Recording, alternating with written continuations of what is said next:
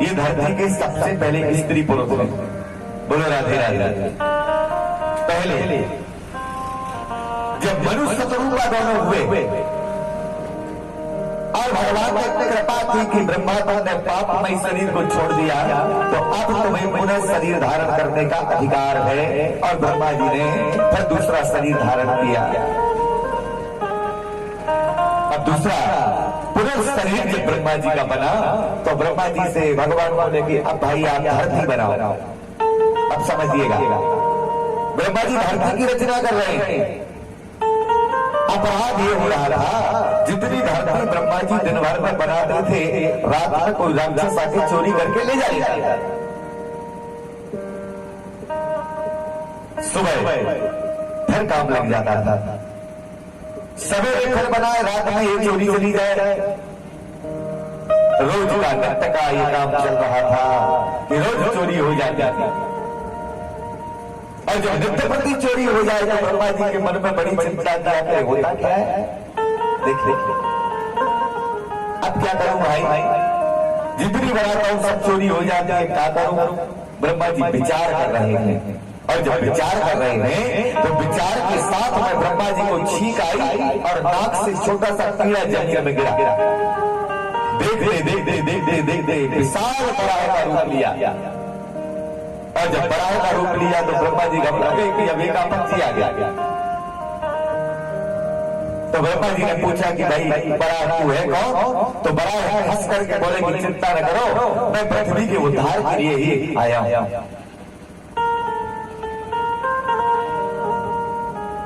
चिंता न करो, आपकी जो पृथ्वी है ना, जिसे आप दिन भर बनाते हो, रात में पाताल में हिरणाक्ष नाम करके दानव गए, वो चोरी करके ले जाता है और वो भिष्टा में ले जाकर के पृथ्वी को रख रहा है। अब भिष्टा को साफ कौन करेगा,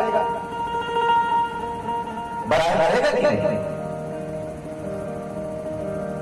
तो भगवान कहते हैं कि मेरे अवसर बाद अवतार।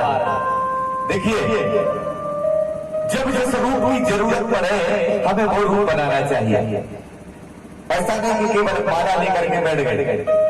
माला लेकर बैठने में ही देश परिवार राज समाज नहीं चलेगा। जरूरत पड़ने पर शास्त्रों के साथ साथ में व्यक्ति को शस्त्र भी उठाना चाहिए। बोले राधे राधे।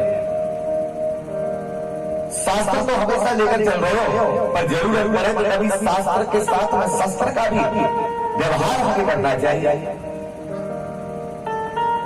तो भगवान पृथ्वी के उद्धार के लिए बड़ा बन करके आया।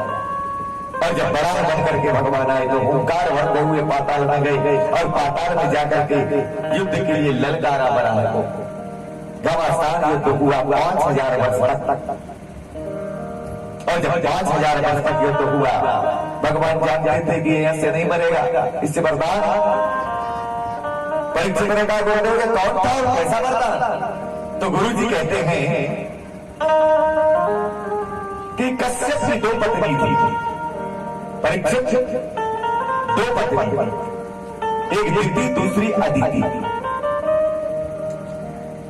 अदिति के देवता हुए और दिति के राक्षस। एक देवता की संतान देवता और दैत्य। समझना कारण क्या है कि एक पिता से 2 माताओं की संतान में एक राक्षस हो गया और दूसरा देवता। तो गुरुदेव भगवान कह रहे हैं कि कश्यप से दिति ने निवेदन किया कि महाराज मेरी 100 के 33 प्रकार के देवता हो गए और मेरी कोई संतान नहीं है। तो कश्यप जी ने कहा कि देवी चिंता न करो, तुम्हारे यहां भी योग्य संतान का योग बनने वाला।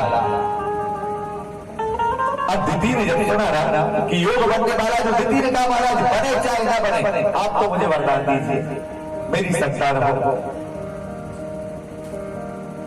हर कार्य का समय और विधि होता है। दिति मानी नहीं, कश्यप ने रति क्रीड़ा की और रति क्रीड़ा करने से कहा कि देवी आपको संतान तो होगी परंतु राक्षस हो। इस समय की रति क्रीड़ा व्यक्ति को राक्षसोत्पत्ति कराती है।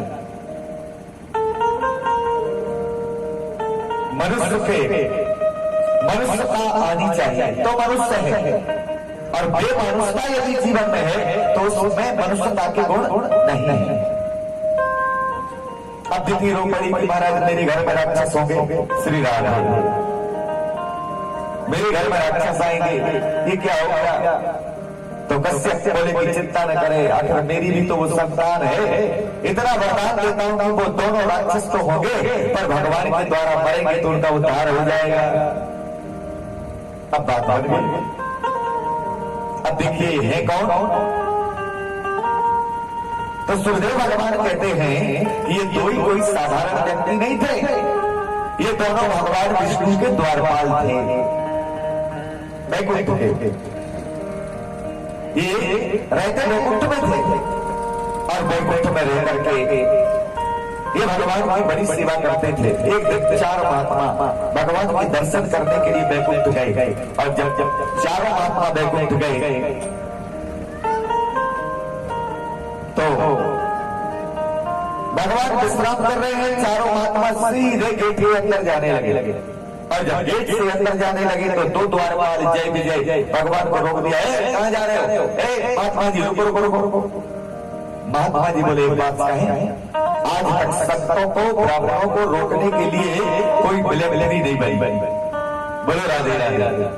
संत स्वतंत्र है, संतों को रोकने वाले की खैर नहीं। आपने रोक करके हमें गलत किया। जाओ तुम्हारे भगवान से बताओ हमें उनके दर्शन करना है। द्वारपाल फिर भी नहीं माना। द्वारपाल उनका भगवान विश्राम कर रहे हैं, महाराज आप 4 बजे आना, नहीं तो बैठो। संतों ने कहा भगवान को भी हमारे लिए इंतजार करना पड़ता है। तप बल विप्र सदा बलियारा, दिन के कोप रखो रखवारा। भगवान को भी हमारा इंतजार करना पड़ता है, हम भगवान का इंतजार नहीं करते। ये तपस्या का प्रतिफल है। हमें रोकने के लिए भगवान भी नहीं।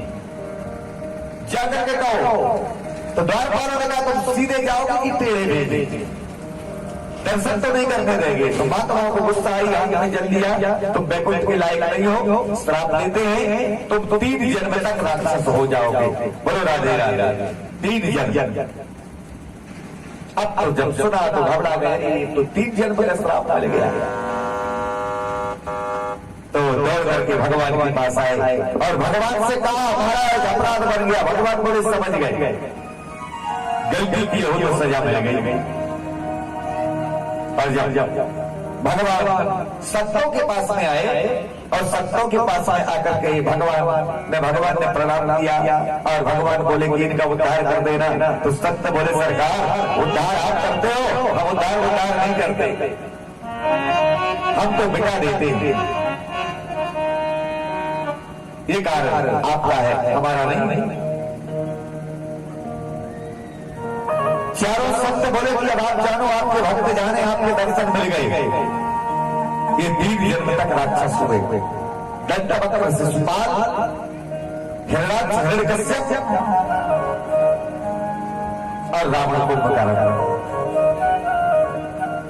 देखिए 3 जन्म तक भगवान ने इन्हें उद्धार करने के लिए अवतार लेना पड़ा। दंतवक्र शिशुपाल, इनके लिए भगवान कृष्णावतार आए। रावण कुंभकर्ण, इनके लिए भी भगवान अवतरित होकर के आए। हिरणाक्ष हिरण्यकश्यप, इनके लिए भी भगवान अवतरित होकर के आए। बर्बन वीर दिति की गर्भ में आए, 100 वर्ष तक गर्भ में रहे। 100 वर्ष के बाद जन्म हुआ, और जब जन्म हुआ धीरे धीरे बड़े हुए। 12 वर्ष की उम्र में घर छोड़ के चले गए। एक जल में इतने खड़े होकर तप करता है, एक थल में दोनों पैर ऊपर करके तप करता है, सिर नीचे पैर ऊपर। 10-10 हजार वर्ष तक तपस्या किया। ब्रह्मा जी आए, वरदान मांगो, अमृत प्रदान करो। ब्रह्मा जी बोले ये नहीं मिलेगा, और कुछ मांगो। तो हिरणाक्ष ने कहा कि हम मरे जरूर, पर हमारी मर्जी से मरे, जब हम चाहे तब मरे। ऐसा नहीं कि हमें कोई भी मार के चला जाए, जब हम चाहे तब मरे। ब्रह्मा जी बोले मरोगे तो ना, ये बोले मरेंगे, पर जब हम चाहे तो जाओ। बड़े भाई के पास पहुंचे, तो मांगो भाई साहब। इसने कहा महाराज हम मारेंगे ना। ब्रह्मा जी बोले ये तो हो नहीं सकता, और जब इतना कहा कि ये हो नहीं सकता, मरना पड़ेगा, तो और कुछ मांगो। तो इसमें वरदान की झड़ी लगा दिया। दिन में मरू न रात में मरू, घर में मरू न बाहर मरू, अस्त्र से मरू न शस्त्र से मरू, सजीव से मरू न निर्जीव से मरू, 12 महीने में कोई महीने में न मरू, नर से मरू न नारायण से मरू। अरे बाबा, ब्रह्मा जी घबरा गए कि आकर मरेगा कैसे, इतने वरदान। ब्रह्मा जी बोले जाओ, सोचेंगे तुम्हारे लिए। वरदान दे दिया। हिरणाक्ष पृथ्वी की चोरी करके ले जाता है भगवान ने। 5000 वर्ष युद्ध किया, और 5000 वर्ष के बाद में भी जब हिरणाक्ष को नहीं मार पाए, भगवान ने गदा रख दिया। हिरणाक्ष मांगो। हिरणाक्ष ने भगवान की तरफ देखा, हंस बड़ा, हार गए। कहा भगवान बोले यही समझ लो, वरदान मांगो। ये युद्ध की नीति है, समझिएगा, युद्ध की नीति है। सब जाएगा। भगवान बोले मां। हिरणाक्ष बोला जब आप हार गए तो हारा हुआ व्यक्ति हमें गा देगा। आप मांगो, आप मांग लो। मैं जीता व्यक्ति हूं, मैं आपको दे सकता हूं, आप हारे हो, आप गा देंगे। भगवान बोले मैं मांगू तो मिलेगा? हाँ मिलेगा। पक्का मिलेगा? बिल्कुल मिलेगा। तो भगवान बोले हिरणाक्ष हमें कच्छू नहीं चाहिए, तुम हमारे द्वारा मरो, हम ये चाहते हैं। लड़ाई लड़ाई मत, हमारे द्वारा मर जाओ। हिरणाक्ष बोला मैं जानता था यही मांगोगे, और क्या मांगो? एक बात याद रखना, मेरी देह बेकार न जाए। पता है 84 लाख योनि हर जीव ये याचना करता है कि मैं मनुष्य बनूं। हर जीव चराचर याचक ये। संत कबीर बहुत बढ़िया भाव लिखते हैं। ये देह है, ये सबसे निराला है, अलग सबसे भिन्न। इस देह के आगे दूसरी देह लगने वाली नहीं है, ये समझने की बात। इसलिए आप उसे व्यर्थ न जाने दो। ये काया कुटिया अलग है, ये काया कुटिया जमाने भर से काया कुटिया जमाने भर से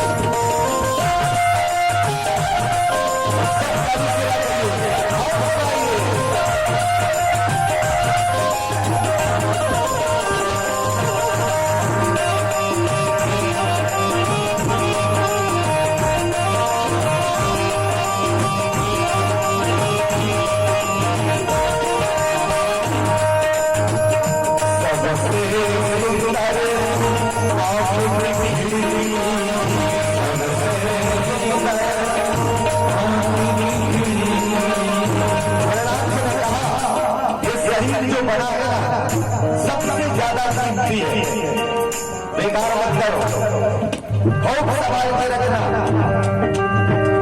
दास कबीर ने ऐसी ओढ़ी ज्यों की त्यों धर्मी चदरिया धीरे धीरे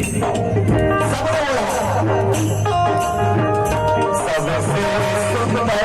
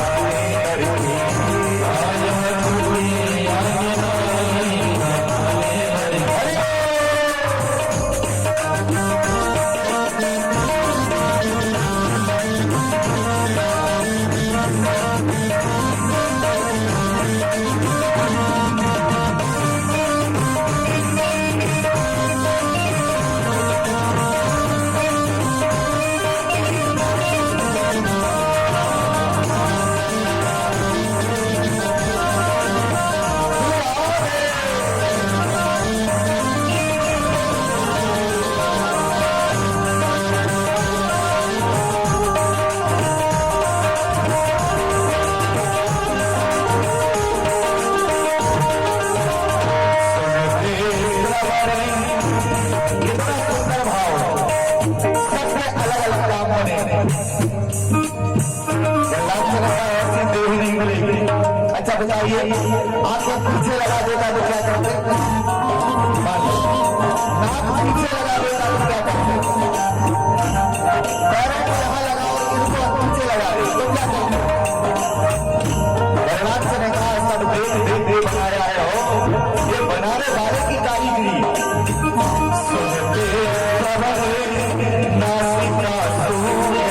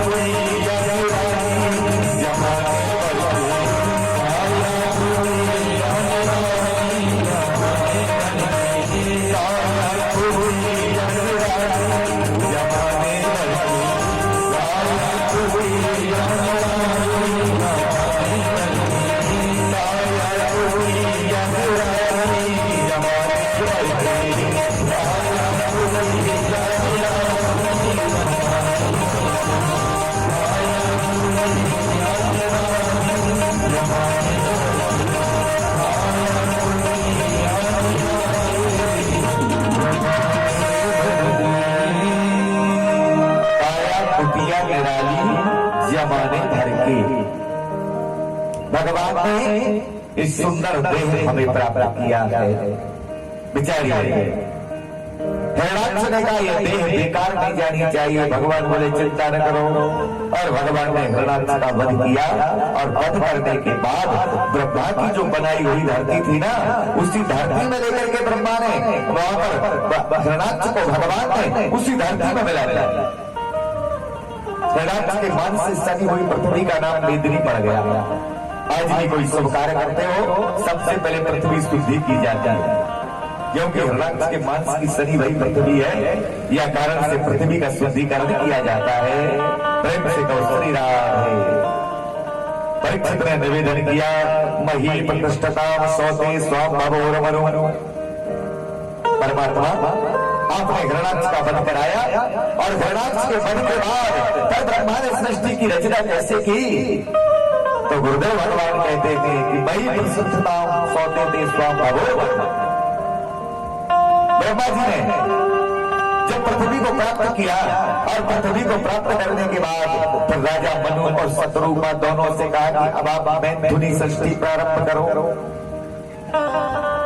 अब मैथुनी सृष्टि प्रारंभ हो रही है, और जब मैथुनी सृष्टि प्रारंभ हुई तो इस मैथुनी सृष्टि में राजा मनु और देवी शत्रुघ्न ने 5 संतानों को प्रकट किया। 5 संतानें हुई। मनु की 5 संतानों में 3 कन्या और 2 बेटा हुए। 3 बेटियों में आकृति देवहूति प्रसूति। आकृति रुचि प्रजापति को विवाही गई, प्रसूति दक्ष प्रजापति को विवाही गई। दूसरी बेटी मंजली वाली, जिनका नाम था देवहूति। अब सोचिएगा, बड़ी बेटी की शादी हो गई, छोटी की शादी हो गई, मंझली बेटी की शादी नहीं हुई। क्या कारण? राजा ने अपनी बड़ी बेटी की शादी कर दिया, छोटी बेटी की शादी कर दिया, पर बीच वाली बेटी की शादी नहीं किया। परीक्षित बोला, गुरुदेव ये क्या कथा है? कायदे से शादी क्रमबद्ध होनी चाहिए, उचित है ना? पहले बड़े की हो, फिर दूसरे नंबर पर, तीसरा नंबर पर, चौथा नंबर पर, ऐसी शादियां हो। देखिए, यदि बड़ा घर में बैठा रहे और छोटे की शादी हो जाती है तो शास्त्र उस बात में पिता को दोषी ठहराते हैं। वो पिता को दोष लगता है कि जो बड़े की शादी न करे और छोटे की कर डाले। इस सिद्धांत नहीं कहता, ये धर्म नहीं कहता। क्रम वो गति से शादी करनी चाहिए। बड़े की करो, छोटे की शादी करो। राजा मनु ने बड़ी बेटी की शादी कर दिया, छोटी की कर दिया, बीच वाली की नहीं किया।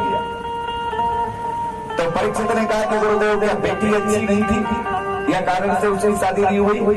तो सुखदेव भगवान कहते हैं कि इतनी ज्यादा अच्छी थी, इतनी सुंदर थी कि उसको योग वर नहीं मिल रहा था। बोलो राधे राधे। इतनी सुंदर, पता है एक बार विश्वावसु गंधर्व, अब गंधर्व तो आप जानते हैं सबसे ज्यादा सुंदर होते हैं। तो गंधर्व अपने विमान में बैठ करके ये पृथ्वी में यात्रा कर रहा था और भाई समय गंगा में स्नान करके देवहूति चली आ रही थी। और जब आकाश में विमान के उड़ते हुए ये गंधर्व ने थोड़ा देखा कि कोई दिव्य सुंदरी जा रही है, तो खिड़की खोला विमान की और खिड़की से झांक करके देखने लगा। अब जब बहुत ज्यादा सुंदर लगी तो थोड़ा और बाहर सर निकाल लिया। अब ये भूल गया कि मैं विमान में 2-4 किलोमीटर ऊपर उड़ रहा हूं। देखिए अब जब ज्यादा सुंदर लगी तो और निकाला सर, और निकाला सर, और निकाला और गिर पड़ा जमीन में आ गया।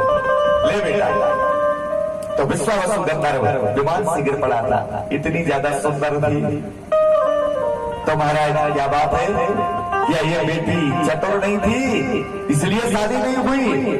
तो सुखदेव भगवान कहते कि इससे ज्यादा चतुर कोई धरती में पैदा नहीं हुई। तो फिर क्या कारण है कि दूसरी बेटी की शादी में विलंब क्यों हुआ? तो गुरुदेव भगवान कहते हैं कि माता पिता को एक बात का ध्यान और रखना चाहिए। समझिएगा, बेटा या बेटी यदि आप शादी कर रहे हैं तो शादी से पहले उनमें अनुरूपता देखिए। ये बहुत बड़ी बात। जो घर भर कुल होई अनुरूपा, करी विवाह सुना अनुरूपा। बेटी के योग बर हो, बेटे के योग बधू हो, घर बर और कुल ये तीन को देख करके संबंध करे तो संबंध चलेगा, अन्यथा बाद में खटापटी बन जाती है। बोलो राधे राधे। ये बहुत बड़ी बात है। तो सबसे पहले घर देखो फिर बर, परंतु आजकल ऐसा होता नहीं है। अच्छा, अंतर क्या हो गया? देखिए कि पहले उस समय में जो संबंध होते थे ना, तो संधि किया करते थे। समझिए, उस समय में दो व्यक्ति, लड़की का पिता और लड़के का पिता, इनकी ज्यादा बातचीत होती थी तो इन्हें कहा जाता है समधि। तो सम अर्थात बराबर, धी अर्थात बुद्धि थी। दोनों संधियों को क्या कहा? बुद्धि थी। ये होती है संधि। तो जब दोनों संधि संबंध करते थे तो आनंद आता था, परंतु आज संधि नहीं करते, आज समाधान करती हैं। बोलो राधे राधे। हाँ, अब जब समाधान संबंध करेगी तो बात कहां तक बनेगी? सम कहते हैं बराबर को और धन कहते हैं संपत्ति को। तो संबंध तो ये नहीं चाहेगा कि बुद्धिमान हो चाहे कुछ हो, मेरी बेटी जब मायके आए ना तो बड़ी गाड़ी में आए। बोलो राधे राधे। घर में चाहे मूर्ख हो पूरे, तो ये नहीं। संबंधी बन करके संबंध होगा तो वो व्यवहार चलेगा। राजा मनु को अपनी दूसरी बेटी की चिंता सताने लगी, इसके योग वर कौन मिलेगा, कहां ढूंढूं? तो एक दिन ये ब्रह्मा जी के पास अपनी बेटी को लेकर के पहुंचे और ब्रह्मा जी से बताया, पिताजी बेटी सयानी होने लगी, अब आप बताइए जाके शादी करके कोई वर मिल रहा है। तो ब्रह्मा जी हंसे और ब्रह्मा जी ने कहा कि मनु ज्यादा परेशान मत होइए, आपको पता है मेरी छाया से एक बेटे का जन्म हुआ था, मेरे प्रतिबिंब से एक बालक का जन्म हुआ था जिसका नाम है करदम। कहां मिलेंगे महाराज? कहा आप चले जाइए बिंदुसर नदी के किनारे, वो तब करते हैं, वहां जाइए, वो शादी कर लेंगे। ब्रह्मा जी ने कहा उम्मीद है आपकी बेटी के योग इस दुनिया में यदि कोई वर है तो वो सिर्फ करदम। मैं इसलिए नहीं कह रहा हूं कि वो मेरा बेटा है, यदि अवगुणी होता तो मैं आपको सलाह नहीं देता। आपकी बेटी के गुण देखा और बाद में मैं अपने बेटे के गुण देख रहा हूं, जोड़ी बराबर। करदम प्रजापति के पास में राजा मनु अपनी बेटी को लेकर दोनों पति पत्नी पहुंच गए बिंदुसर नदी के किनारे। तो बाबा जी की जब पास में गए तो देखा तो संत की कुटिया बनी हुई है। देखिएगा ये निर्विकारी संत थे। घास की झोपड़ी थी और घास की झोपड़ी में 3 कमरे थे, ज्यादा बड़ा नहीं। एक में पूजन करते थे, एक में भोजन करते थे, एक में शयन करते थे, बस। जितनी जरूरत है उतनी व्यवस्था बाबा जी बना लिए थे, इससे ज्यादा। राजा मनु जब पहुंचे तो कुटिया के बाहर खड़े पति पत्नी अपनी बेटी को लेकर के, और जब नंदन प्रजापति बाहर निकल के आए तो 1 मिनट के लिए जब राजा मनु और उनकी बेटी को देखा ना तो 1 मिनट के लिए निस्तब्ध रहे। इतनी सुंदर देवहूति मां और तुरंत इनका बैराग्य जागा। जब बैराग्य जागा तो गर्दन प्रजापति ने सम्मान किया, बिठाला, आइए बैठिए। और जब बैठे तो राजा मनु से गर्दन प्रजापति ने पूछा कि राजा हम जैसे महात्माओं की कुटिया में आपका आना कैसे हुआ? तो राजा मनु ने कहा कि महाराज आपके पिताजी ने हमको भेजा है। अच्छा, पिताजी भेजे, चलो बहुत बड़ी बात है। जब पिताजी भेजे तो बहुत अच्छा काम होगा। सुनाइए। तो राजा मनु ने कहा महाराज ये मेरी बेटी है, इसका नाम है देवहूति। गर्दन प्रजापति ने देखा और बोले कि ये बहुत सुंदर है, बहुत गुणवती है। जिनके घर में जाएगी राजा उनके घर में दीपक प्रकाशमान हो जाएगा।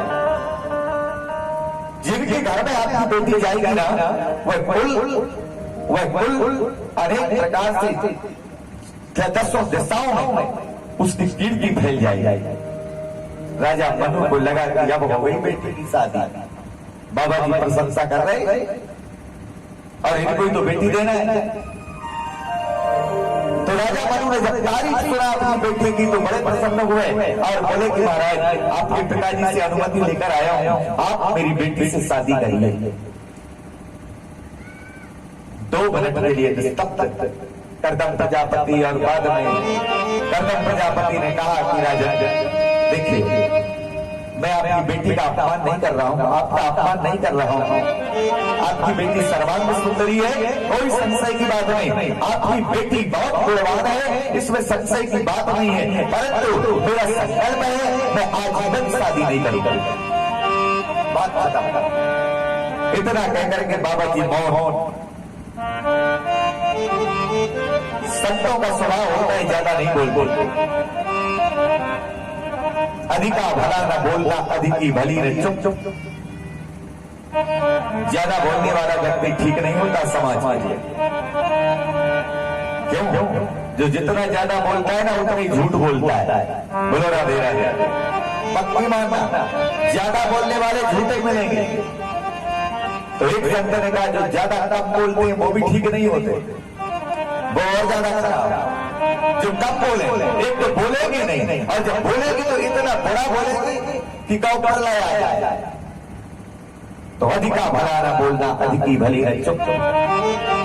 ज्यादा बोलना भी नहीं, कम बोलना भी ठीक नहीं। इतना कहकर के बाबा जी मौन।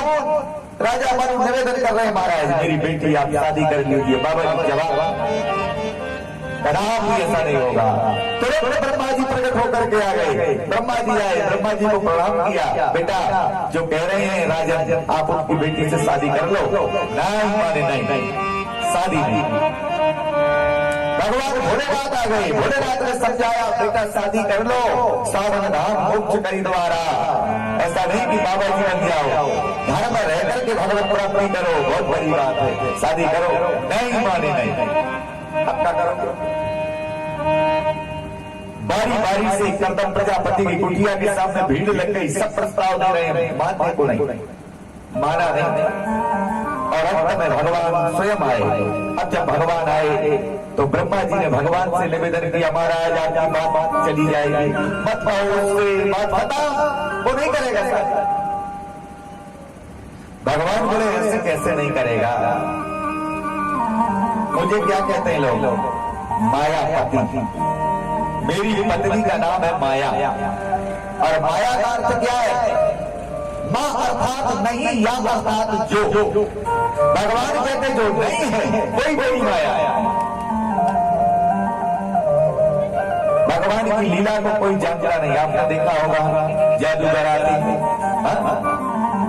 जादूगर के साथ में एक व्यक्ति और रहता है, उसे कहते हैं जमूरा, है ना। और जब जादूगर आता है तो जादूगर ही दिखाता है। एक डिब्बा बुलवाया, उसमें कुछ भी रखा, 2 मिनट में गायब कर दिया। अरे बाप रे, जादूगर तो बड़ा कीमती जादू दिखा रहा है। ये सब लोगों को लगता है कि जादूगर सही है, बहुत कुछ दिखा रहा है। हम जो देखते हैं हमें सत्य लगता है, ठीक है ना, परंतु वो सत्य नहीं है जो वो दिखा रहा है। और इस बात को हम नहीं जानते। जानता कौन है? वो जमूरा जानता है कि जादूगर साहब जो बताए हैं ना वो सब सही नहीं है। ये जमूरा बराबर जानता है। तो इसी तरह भगवान है जादूगर और भगवान के जमूरे हैं संत। पिता पुत्र परिवार का मिलना पथिक समान, ये जानते हैं ये सब माया है, ये भगवान की माया है। और माया सत्य नहीं, सत्य भगवान। तो भगवान ने कहा कि अब देखो मेरी माया क्या करती। तो भगवान कर्दम प्रजापति के पास में गए और बोले कि भाई क्यों, ये सब लोग क्या कह रहे हैं? कर्दम प्रजापति बोले क्षमा करना, आपकी बात न करते, बस इतना ही कहूंगा। ब्रह्मा जी बोले सुन लिया, इतना ढीठ है वो मानेगा नहीं। संत यदि रूठ जाए ना तो सुनने वाले नहीं है। भगवान ब्रह्मा जी से बोले रुको तो, अभी रुको तो। और भगवान धीरे से कर्दम प्रजापति के पास में आए और कान में लग करके बोले, हे कर्दम प्रजापति शादी कर लो, हाँ मैं तुम्हारा बेटा बन के आऊंगा। ले बेटा। भगवान ने जब कहा कि मैं तुम्हारा बेटा बन के आऊंगा तो कर्दम प्रजापति दहल गए। अरे बाप रे, भगवान मेरे बेटा बन के आएंगे, फिर तो शादी करो चाहे कुछ हो जाए। भगवान बेटा बन के आने को तैयार हो गए। तो कर्दम प्रजापति ने कहा सुनिए सुनिए। कर्दम प्रजापति आए और ब्रह्मा जी से बोले, ब्रह्मा जी मैं शादी करने को तैयार हूँ। ब्रह्मा जी भगवान की तरफ देखे, कौन सी बूटी पिला रहे इसको, हम सब थक गए, तैयार नहीं हुआ। भगवान बोले हम जाने और वो जाने, आप मत जाना। क्या हो गया इसको? अभी कभी शादी को तैयार हो गया। भगवान बोले चिंता न करो, वो सब ठीक हो गया। कर्दम प्रजापति बोले परंतु ध्यान रखना, याद रखना, एक शादी होते ही बाबा जी बन जाएंगे, एक संतान होते ही बाबा जी बन जाएंगे। शादी हुई, एक बेटा हुआ और अब संत बन के चले जाएंगे। कर्दम प्रजापति ने घोषणा कर दिया, एक संतान के बाद घर छोड़ देंगे। शत्रुपा बोली नहीं करती मैं अपनी बेटी की शादी। मनु बोले क्यों? बोले एक बेटा होते ही जब ये महात्मा जी बन के चले जाएंगे तो फिर तो मेरी बेटी का जीवन गया कि नहीं। बोलो बोलो। भगवान बोले मैया थोड़ा समझ ले, तेईन सबर कर ले, एक बार शादी तो हो जाने दे, फिर बताना कि ये बाबा बनता है कि नहीं। फिर नहीं बनेगा। माया को लगने दे। भगवान ने कहकर के शादी करा दिया और कर्दम प्रजापति देवहूति की शादी हो गई। और जब शादी हो गई, शादी के बाद अब तो कन्यादान करने के बाद माता पिता अपने घर चले गए। भगवान वैकुंठ गए, भोलेनाथ कैलाश, ब्रह्मा ब्रह्मलोक, नारद जी भ्रमण में, कुटिया खाली। बाबा जी देखे, पत्नी से बोले जाओ अपना सामान जमा लो टूटी सी घास की झोपड़ी में। देवहूति अपना सामान लेकर के कुटिया में गई। और जब कुटिया में माता देवहूति पहुंची और माता देवहूति ने कुटिया में जाकर के जैसे कदम रखा, बाबा बैरागी को घर सब इधर इधर फैला हुआ है। माता जी संभालने लगी, जमाने लगी और देवहूति ने सामान को जमाया और जमा करके बाहर आई और आकर के देखा कि बाबा जी समाधि में चले गए। बाबा की समाधि लगी। अब देवहूति ने देखा कि भगवान ये तो समाधि में चले गए। क्या करूं, जगाऊं क्या? परंतु ऐसा नहीं। देवहूति ने विचार किया कि पति तपस्या करने लगे, मेरा भी कर्तव्य बनता है कि मैं भी तपस्या करूं। निजकृत कर्म भोग फल भ्राता, पति को पतन से बचाए उसे कहते हैं पत्नी। बोलो राधे राधे। पत्नी कहलाना कोई सहज बात नहीं है। जो पति को पतन से बचा दे वो पत्नी है। लोग कहते हैं पति पूजा करे तो पत्नी हाथ लगा दे। कई व्यास कथा तो बता देते हैं, आपको पूजा नहीं करनी, आप तो हाथ लगाते जाओ बस। ऐसा नहीं, समझना, ऐसा नहीं। जब तक पति पत्नी दोनों हैं तब तक दोनों को पूजन करना चाहिए। शास्त्र कहते हैं पति के न रहने पर यदि पत्नी पूजन करती है तो पति को आधा पुण्य मिलता है। बोलो राधे राधे। ये सब पता है। महाराज जी तो बता के गए हैं कि पति पूजा कर रहे हैं तो तुम कछु न करो, करो तो हाथ लगा दो। लेकिन महाराज जी एक बात और बता रहे हैं कि शाम को थाली भी एक ही लगाना, और पति भोजन करे, पत्नी हाथ लगा के बैठ जाए, हो जाएगा क्या? ऐसा तो होगा। देखो रेल की यात्रा करो, एक टिकट ले लो और पति पत्नी दोनों सीट में बैठ जाओ। पीसीआई टिकट तो एक टिकट बता दो, पत्नी हाथ पकड़ ले। महाराज एक ही टिकट की जरूरत है, ऐसा शास्त्रों में लिखा है कि पत्नी पति जो करे पत्नी को आधा मिल जाता, आधा नहीं मिलता। निजकृत कर्म भोग फल भ्राता, जो करोगे वो मिलेगा। पति करेगा पति को मिलेगा, पत्नी करेगी पत्नी को मिलेगा। जो करेगा उससे मिलेगा। काहू कर सुख दुख कर गाता, इतना है। पत्नी चली जाए पहले, पति रह जाए, पति कोई शुभ काम करे तो पत्नी को वहां मिल जाता है। यहाँ मिलने वाला नहीं है। यहाँ तो करोगे क्योंकि ये कलयुग है, यहाँ तो करना पड़ेगा, सबको करना पड़ेगा। उठते बैठते जागते हंसते हर समय आपको अपना कर्म करना ही पड़ेगा। देवहूति ने देखा कि पति समाधि में चले गए, मैं क्या करूं? राजा की बेटी बैठ गई सामने माला लेकर के। 1000 वर्ष बीत गए साहब। 1000 वर्ष के बाद जब बाबा की समाधि खुली ना, और बाबा ने देखा कि सामने एक बूढ़ी माँ बैठी है।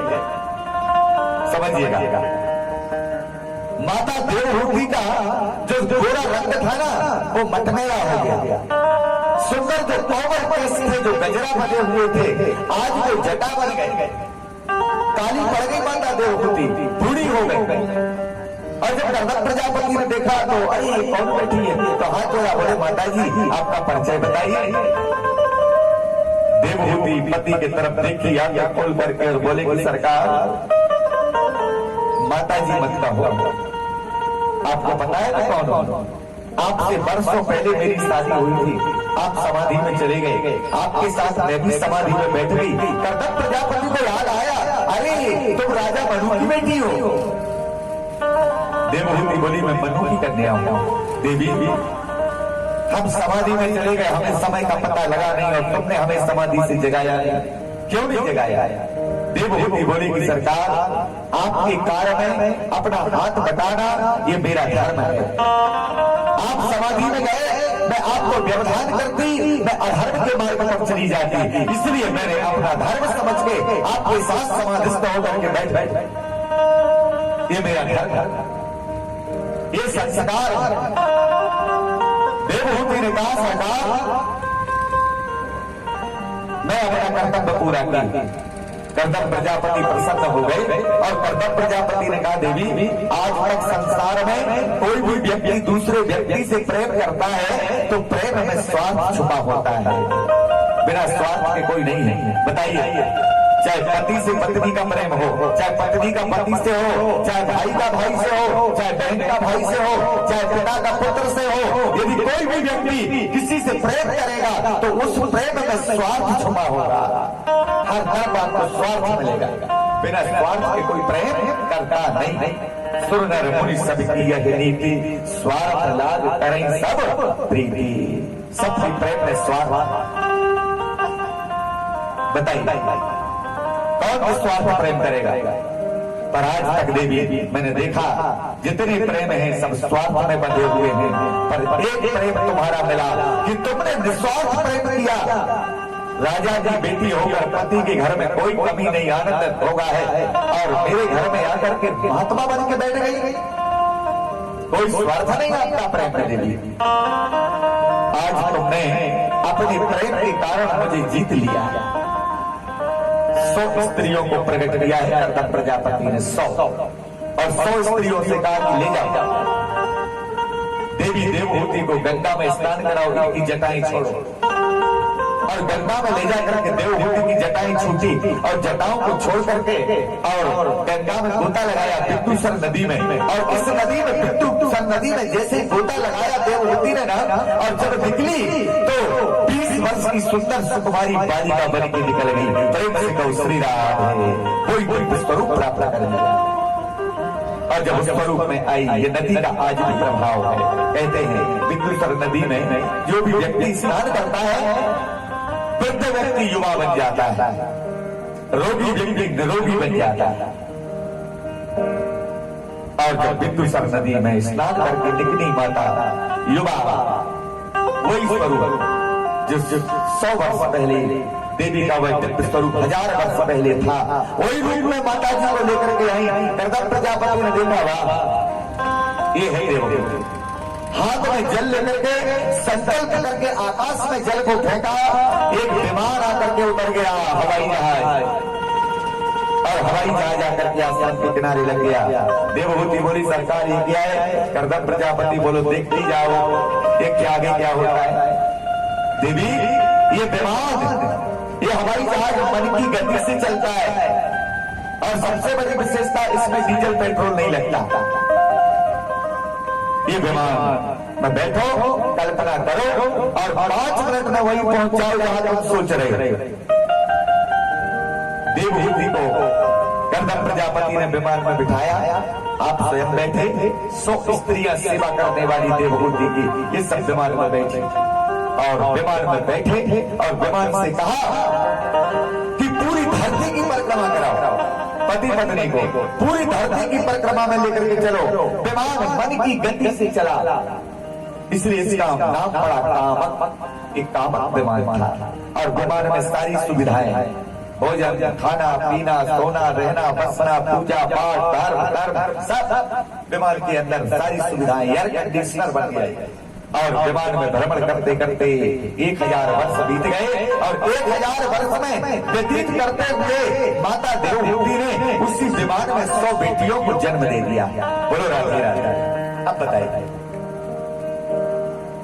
देवहूति की 9 कन्याएं हैं, और इस विमान में 9 कन्याओं को लेकर के माता देवहूति पति से बोले कि ये कुटिया चले।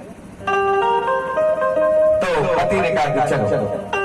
अपनी कन्याओं के साथ में दोनों पति पत्नी विमान में बैठ करके बिंदुसर नदी के किनारे आए, और नदी के किनारे आकर के विमान से कहा आप जाओ। दोनों पति पत्नी कुटिया में निवास करने लगे, और समय व्यतीत हुआ। धीरे धीरे जब कुटिया में निवास करने लगे तो एक दिन कर्दम प्रजापति कुटिया से बाहर निकले। देवहूति से बोले देवी याद करो, हमने शादी के समय वचन दिया था, जब तुमसे शादी हो रही थी वचन दिया था एक संतान हो गई घर छोड़ देंगे। बात सही है ना? पर 9 बेटियां हो गई, पता नहीं लगा। यह कारण है अब हम घर का त्याग कर रहे हैं, हम सन्यास लेकर जा रहे हैं। देवी देवहूति ने कहा कि महाराज धर्म कहता है जब तक पति अपनी पत्नी का त्याग नहीं कर सकता तब तक जब तक उसका कोई अंश ना हो। बेटी अंशी है और पुत्र वंश है, तो वंशी और अंशी। बेटी से अंश चलता है पर बेटे से वंश चलता है, बेटी से अंश चलता है। तो जब तक कोई पुत्र ना हो आप मुझे छोड़ के जा नहीं सकते। कर्दम प्रजापति को याद आ गया, अरे बढ़िया याद आई भाई, पता है जब मैं शादी नहीं कर रहा था तो भगवान मुझसे कह रहे थे कर्दम प्रजापति शादी कर लो, मैं तेरा पुत्र बन के आऊंगा। अब तो भगवान आएंगे, अब तो भगवान बेटा बन के आएंगे और समयानुकूल देवहूति के गर्भ में भगवान आएंगे और भगवान देवहूति के गर्भ में आए। देवहूति के गर्भ में जब से भगवान आए आनंद ही आनंद हो गया था, समय पर पूर्ण हुआ और देवहूति के घर में 5वें स्वरूप में भगवान प्रकट होकर के आए। भगवान का नाम कपिल रखा गया। बोलो कपिल भगवान की। कपिल भगवान हुए और भगवान के दर्शन करने के लिए कर्दम प्रजापति की कुटिया में बड़े बड़े सिद्ध पुरुष आ रहे हैं, देवता आ रहे हैं, ब्रह्मा विष्णु शिव रुद्र सनकादि सब दर्शन करने के लिए भगवान की आ रही है। एक दिन ब्रह्मा जी आए अपने 9 बेटों को लेकर के, और जब 9 बेटों को लेकर के ब्रह्मा जी आए ना तो ब्रह्मा जी ने दर्शन किया और ब्रह्मा जी जाने लगे तो कर्दम प्रजापति ने कहा महाराज मेरी 9 बेटियां हैं, सब शादी के योग्य हो रही हैं, इनके योग्य कोई बर हो तो बता रहा, इनकी शादी करके। तो ब्रह्मा जी हंसे और बोले कि कर्दम घर में लड़का नगर में ढेरोरा, तेरे घर में 9 बेटी मेरे घर में 9 बेटा, सामने खड़े 1 2 3 4 5 6 7 8 9, यदि इनमें मन भरे बात कर। ब्रह्मा जी की बात को सुनकर के कर्दम प्रजापति बड़े प्रसन्न भए और बोले कि महाराज आपकी इच्छा है तो 9 बेटियों की शादी हो जाए। 9 बेटियों की शादी 9 ब्रह्म ऋषियों के साथ में कर दिया। ये 9 बेटा 9 बेटियों को लेकर के अपने अपने घर चले गए। कुटिया में 3 लोग बचे हैं, माता पिता कर्दम देवहूति और कपिल भगवान, 3 लोग। बेटियां चली गई। कल तक आंगन में किलकार गूंजती थी, आज वो नहीं है, कुटिया सुनी हो गई। कर्दम प्रजापति एक दिन देवहूति से बोले तो अब चले, बेटा हो गया अब घर छोड़ूंगा। देवहूति बोली सरकार हमें कहा बेटा छोटा है, थोड़ा बड़ा हो जाए, पढ़ लिख जाए फिर चलेंगे। कर्दम प्रजापति बोले फिर कहेगी नौकरी लग जाए, शादी कर लें फिर चलेंगे। दे जावे वाली नहीं है और मैं रुकने वाला नहीं। 5 वर्ष के कपिल भगवान हो गए, यहाँ वहां दौड़ने लगे। कर्दम प्रजापति ने सोचा ये मोह का बंधन है, छूटने वाला नहीं। अपनी पत्नी को बच्चे को बताया नहीं, रात में दंड कमंडल उठा के बाबा जी निकल गए। सवेरा हो गया, पिताजी का पता नहीं, दोपहर हो गए, पिताजी का पता नहीं। कपिल भगवान से मैया पूछे काहे बेटा कपिल तेरे पिताजी कहाँ है? कपिल भगवान जानते थे कि वो तो गए। कपिल भगवान ने कहा मैया नहाने गए। चलो कोई बात नहीं, शांति दे दी। थोड़ी देर के बाद फिर पूछा तेरे पिताजी कहाँ है? तो कपिल भगवान बोले कि पता है माँ मुझे याद नहीं था, अब मुझे याद आया। पिताजी कहकर गए थे कि मैं बहनों के घर जाऊंगा, उनकी 9 बेटी शाम तक आएंगे। शाम हो गई आए नहीं, दूसरे दिन नहीं आए, 5 दिन हो गए नहीं आए, 8 दिन हो गए नहीं आए, 10 दिन हो गए नहीं आए। 11वें दिन मैया का सब्र का बांध टूट गया और ये समझ गई कि मेरे पति अब आएंगे नहीं। चलिए देवहूति ने पति की बात नहीं की, अपने बेटे का हाथ पकड़ा और हाथ पकड़ के नदी के किनारे ले गई। एक चट्टान में अपने बेटे को बिठाया, एक चट्टान में खुद बैठ गई और अपने बेटे से प्रश्न किया। देवहूति बोली बेटा मैं ये नहीं पूछ रही हूँ कि तेरे पिताजी कहाँ है, ये तो मुझे पता है, अब ये पूछने की आवश्यकता नहीं है। कपिल थोड़ी मेरी बात को समझना। बेटा मैं राजा की बेटी हूं, मेरे पिता के घर में कोई कमी नहीं है, जो चाहा वो मिला, जैसा चाहती थी वैसा सब होगा। मैं राजा मनु की बेटी हूं, क्या कमी है बोलो? शादी होकर के जब आई ना तो शादी भी ऐसे व्यक्ति से हुई जिनका नाम है कर्दम। ये भी प्रजापति है। कर कहते हैं इंद्रियों को, दम कहते हैं नष्ट हो जाना, इंद्रियों को दमन करना। इंद्रियों को दमन करने वाले व्यक्ति से मेरी शादी हुई। तेरे पिता महान थे बेटा, तू जानता है। उसके बाद पति के घर में आई। पिता के घर में तो डीजल पेट्रोल वाले दीवार थे, पर पति के घर में तो डीजल वाले भी नहीं थे। बैठे मन में संकल्प किया, जहां चाहे उड़ के चले गए। सारे सुख सारे साधन तेरे पिता के घर में, मेरे पिता के घर में कब थे? यहाँ ज्यादा। बाबा जी कुटिया में जरूर थे, परंतु सुख यहाँ ज्यादा मिला। सारे सुख भोगी, सारा आनंद मिला, सबका वैभव मिला। उसके बाद भी कपिल मुझे ऐसा क्यों लगता है बेटा कि मुझे कुछ नहीं मिला? खाली खाली क्यों लगता है? ऐसा लगता है कि जीवन में मुझे कुछ नहीं मिला, मैं अपूर्ण हूं। खाली खाली क्यों लगता है? तो कपिल भगवान अपनी मां को बिठाल के बोले हैं कि मां, मैं जानता हूं अब तुझे गीता सुनानी पड़ेगी। तो कपिल भगवान ने भागवत के 4-8 अध्यायों में मां को शास्त्र का वर्णन किया। कपिल भगवान ने अपनी मां को शास्त्र का उपदेश किया। मां बोली, बेटा तू बता कि मुझे करना क्या चाहिए? तो कपिल भगवान ने अपनी मां से कहा कि माता साध्वी, एक बार ध्यान रखिएगा, बात समझने की है। भोजन, इससे जीवन में पूर्णता नहीं आएगी। ठीक है? आपने सुबह भोजन किया, इतने प्रकार का भोजन कर लिया कि 5 मिनट के लिए लगने लगा कि अब तो भैया बिल्कुल तृप्ति मिल गई। और आधा घंटे बाद क्या वो रखा रहा, चला गया। जब आपने ज्यादा भोजन किया है तो आपको तृप्त हो जाना चाहिए। 8-15 दिन तो पर भूख नहीं लगनी चाहिए। पर प्रातः काल विदा कर देनी, संध्या आने खड़ी, भोजन से अपूर्ण तृप्ति नहीं मिलेगी। एक मकान बनवा लिए, तृप्ति मिल जाना चाहिए। अब ऊपर बनेगा तब तृप्ति मिलेगी। ऊपर बनवा लिया, बढ़िया गाड़ी और हो जाए। अब गाड़ी आ गई, अब इससे बड़ी आ जाए। तो जीवन में जितने कार्य हैं वो सब अपूर्ण कार्य है। मां साध्वी, संसार में यदि पूर्ण है तो मात्र भगवान है। अपूर्ण साधनों से जुड़ करके पूर्णता नहीं मिलेगी। समझना बात को। यदि आपने मूली खाई है तो मूली की ही डकार आएगी। ठीक है? जिस व्यक्ति ने मूली खाया है तो मूली की डकार ही उससे निकलेगी। तो आपने जिन वस्तुओं का भोग किया है उन्हीं वस्तुओं की डकार आपको आएगी।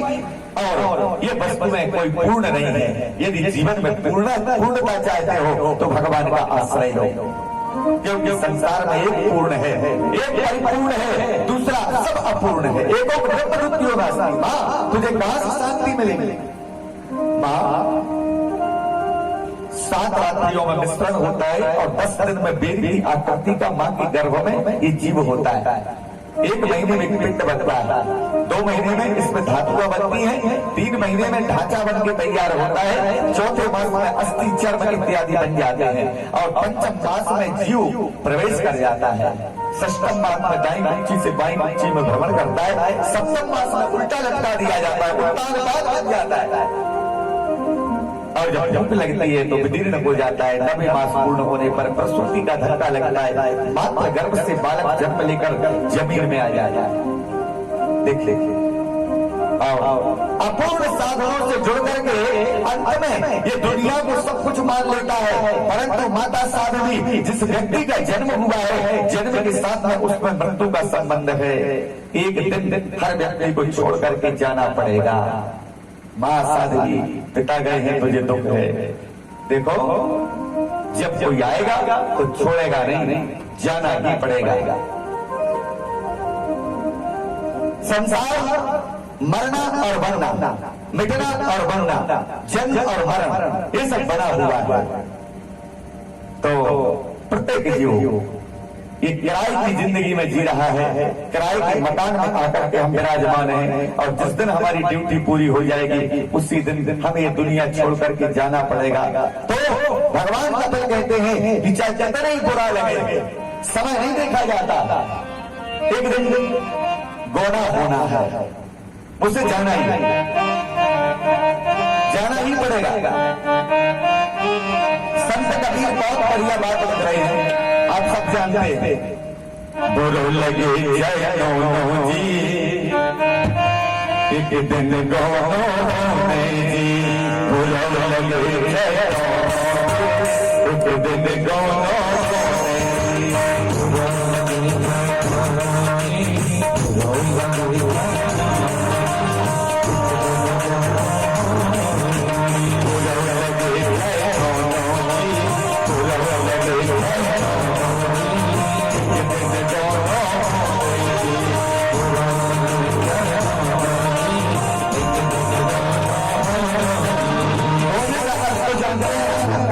पहले गौना चलता था, आज बंद हो गया।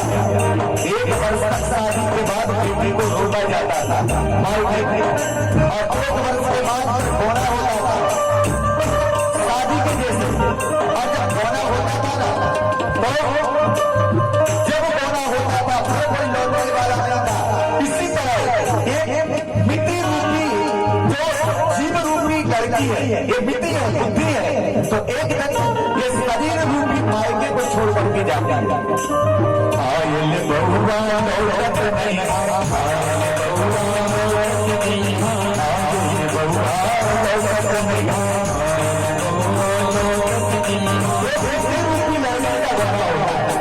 बुद्धि रूपी लड़की, ये जीव रूपी कन्या जो शरीर रूपी मायके में रह रही है, और जिस दिन जमरूद रूपी लबुआ आएंगे उस दिन से आयल बहुआ दौलत नहीं,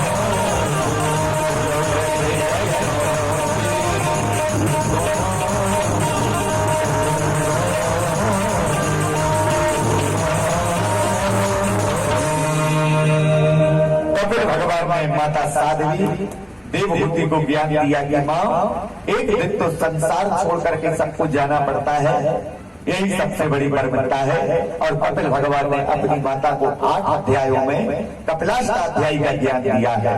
माँ को ज्ञान हुआ और कपिल भगवान से माँ बोली कि बेटा मैं कहाँ जाऊँ? तो बोले तुम पति लोक में जाओ, जहाँ पति तप कर रहे हैं उसी तप के द्वारा तुम्हारी सदगति हो जाएगी।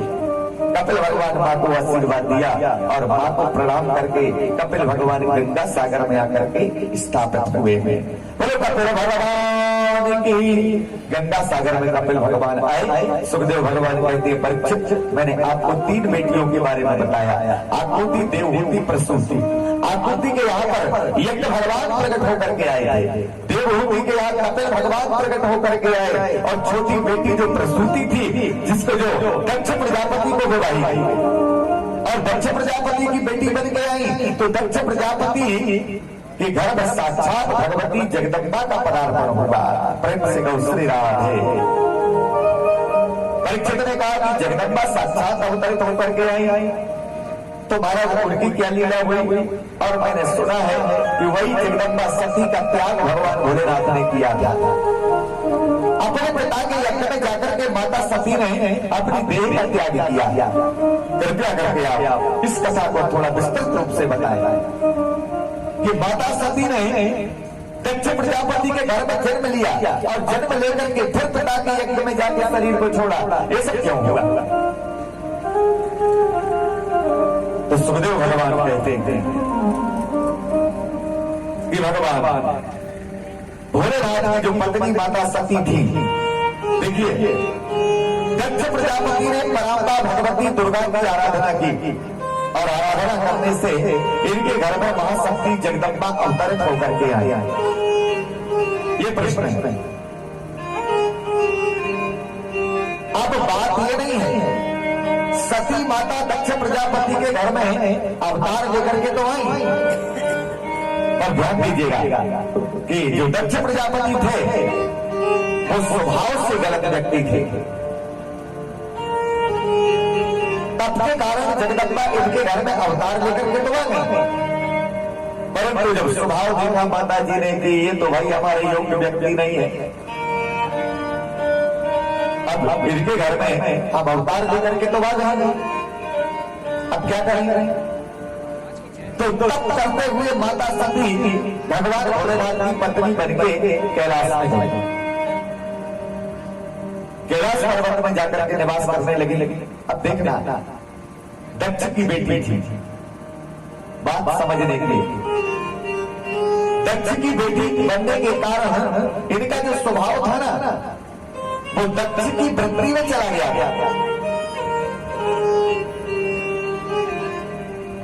तो जब दक्ष की वृत्ति में स्वभाव चला गया तो जो कार्य दक्ष प्रजापति करते थे थोड़े मिलते जुलते कार्य माता जी करते थे, क्योंकि ये दक्ष कुमारी थी। और भगवान भोलेनाथ की पत्नी बन के कैलाश में वास तो करने लगी। भगवान भोलेनाथ का तो परिवार आप जानते हैं, भोले बाबा जब देखो जब कथा सुनाए तो माता जी का दिमाग खराब हो गया कि जो बाबा जब देखो जब कथा ही कहता रहता है, बड़ा दिमाग खराब। अब सती अम्बा को ये कथा अच्छी न लगे तो एक दिन बाबा ने विचार किया कि चलो इन्हें कहीं और दूसरी जगह में कोई नए पंडित जी की कथा सुनाई जाए। समझिए भगवान भोलेनाथ ने सती का त्याग क्यों किया, कारण क्या बना? दक्ष प्रजापति के साथ भगवान भोलेनाथ का विद्रोह हुआ और विद्रोह के कारण माता सती ने अपने शरीर को छोड़ा। तो दक्ष प्रजापति की बेटी जो सती थी इनका मन भ्रमित हो गया, कोई कथा नहीं कुछ नहीं। तो भोलेनाथ ने सोचा कि भाई होता है 3 जगह कथा नहीं होती, 3 जगह कथा का प्रभाव नहीं होता। पहला होता है पड़ोसी, जितनी अच्छा बकता रहे यदि बकता पड़ोसी है ना तो सुनने में आनंद नहीं आएगा। अरे हमारी पड़ोस का तो है, क्या सुनाएगा, भ्रम हो जाएगा। दूसरा परिवार, परिवार के लोगों को अच्छी नहीं लगेगी। और तीसरी पत्नी, बोलो राधे राधे। ये 3 जगह कथा प्रभाव नहीं करेगा। भगवान भोलेनाथ अपनी पत्नी को कथा सुना रहे हैं, पर पत्नी का मन कथा में नहीं लगता था। तो बाबा जी बोले चलो कहीं घूमने चलेंगे। अब सती को लगा कि कोई सिनेमा वाले पानी ले जाएंगे, तो भैया टिकट तैयार और पूरी तैयार हो गई। माता जी जब निकली तो आगे आगे बाबा, पीछे से अम्बा जी निकली। और जब चले जा रहे हैं तो एक कुटिया की ओर बाबा